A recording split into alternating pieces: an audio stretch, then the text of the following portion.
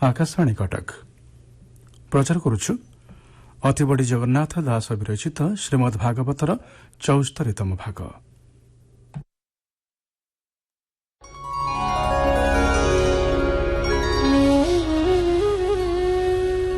नारायणं नमस्कृत्य नरं चैव नरोत्तमं देवीं सरस्वतीं व्यासं ततो जयमुदीरयेत्।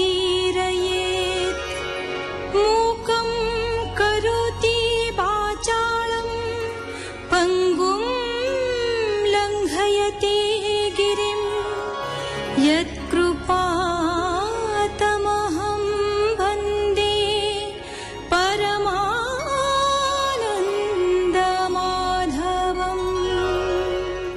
ब्रह्मा भगवानଙ୍କର ଅନନ୍ତ ମହିମା ବିଷୟରେ ବିସ୍ତୃତ ଭାବରେ କହୁଛନ୍ତି।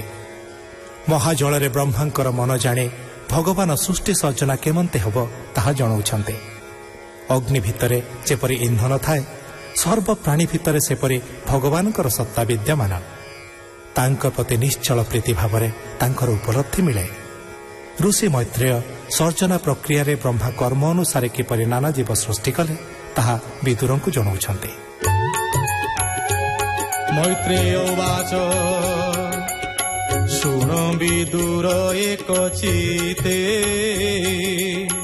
ସେ କାଳ ରୂପ ସଂଖ୍ୟା ଯେତେ,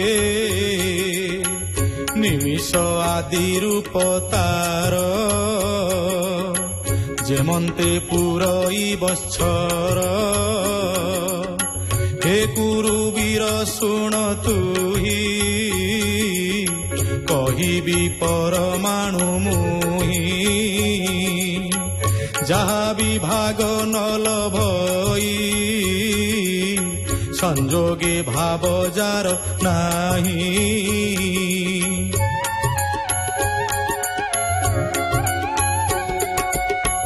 ଯାହା ସର୍ବଦା ବର୍ତ୍ତମାନ, ତାହାର ପରମାଣୁ ନାମ। ଅଣୁର ଅର୍ଦ୍ଧ ପରମାଣୁ, ତ୍ରିଭାଗେ ହୋଏ ତ୍ରସରେଣୁ। ତୃତୀୟ ତ୍ରସରେଣୁ ଯେହି, ତାହାକୁ ତ୍ରୁଟି ବୋଲି କହି। ଶହେ ତ୍ରୁଟିରେ ବେଦ ହୋଏ, ତ୍ରିବେଧେ ଲବ ନାମ ବହେ।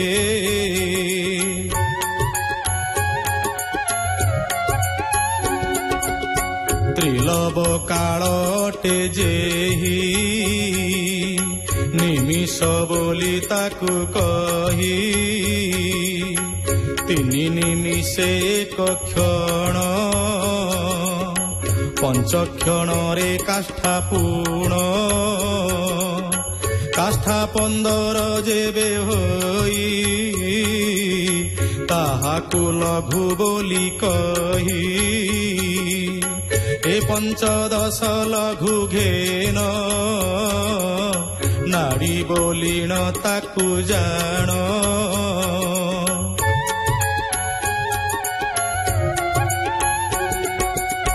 ବେନି ନାଡ଼ିରେ ଯେ ମୁହୂର୍ତ୍ତ, ପ୍ରହର ଷଟ ବା ସପ୍ତ, ତାହାକୁ ଜାମ ବୋଲି କହି। ଅଷ୍ଟମୀ ଅହୋରାତ୍ର ହୋଇ, ହେମନ୍ତେ ଶତେକ ବରଷ, ମନୁଷ୍ୟ ପରମାୟୁ ଶେଷ। ବୋଲନ୍ତି ଶୁଣ ହେ ବିଦୁର, ଯେ ବ୍ରହ୍ମା ସୃଷ୍ଟିର ବିଚାର।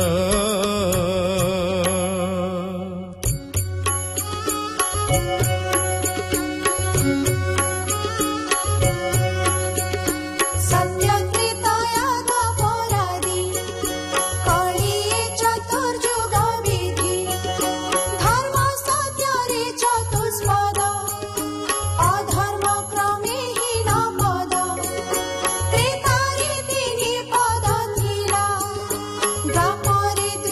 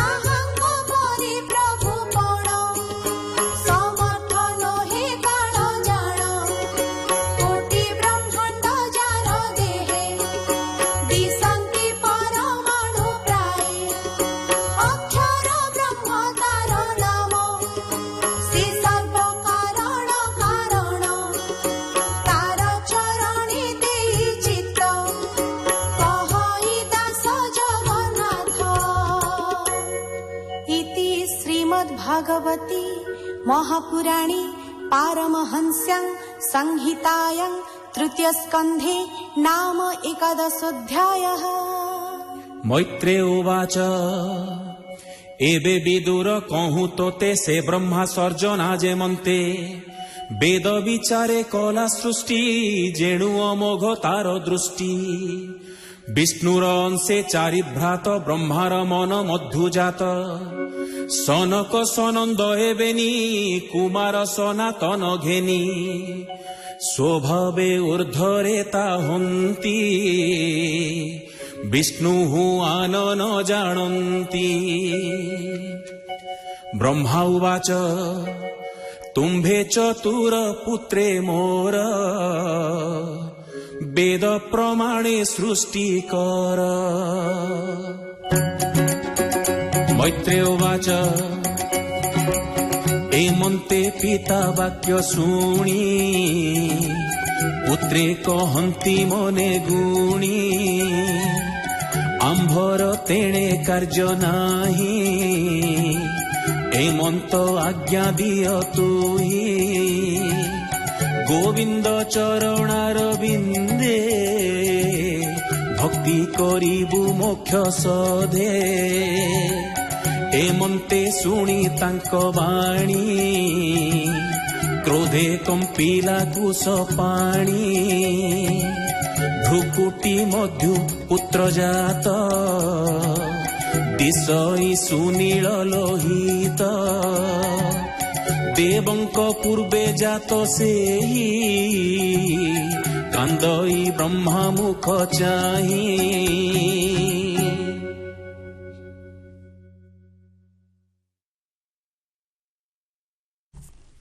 ଶୁଣୁଥିଲେ ଅତିବଡ଼ି ଜଗନ୍ନାଥ ଦାସ ବିରଚିତ ଶ୍ରୀମଦ୍ ଭାଗବତର 74ତମ ଭାଗ।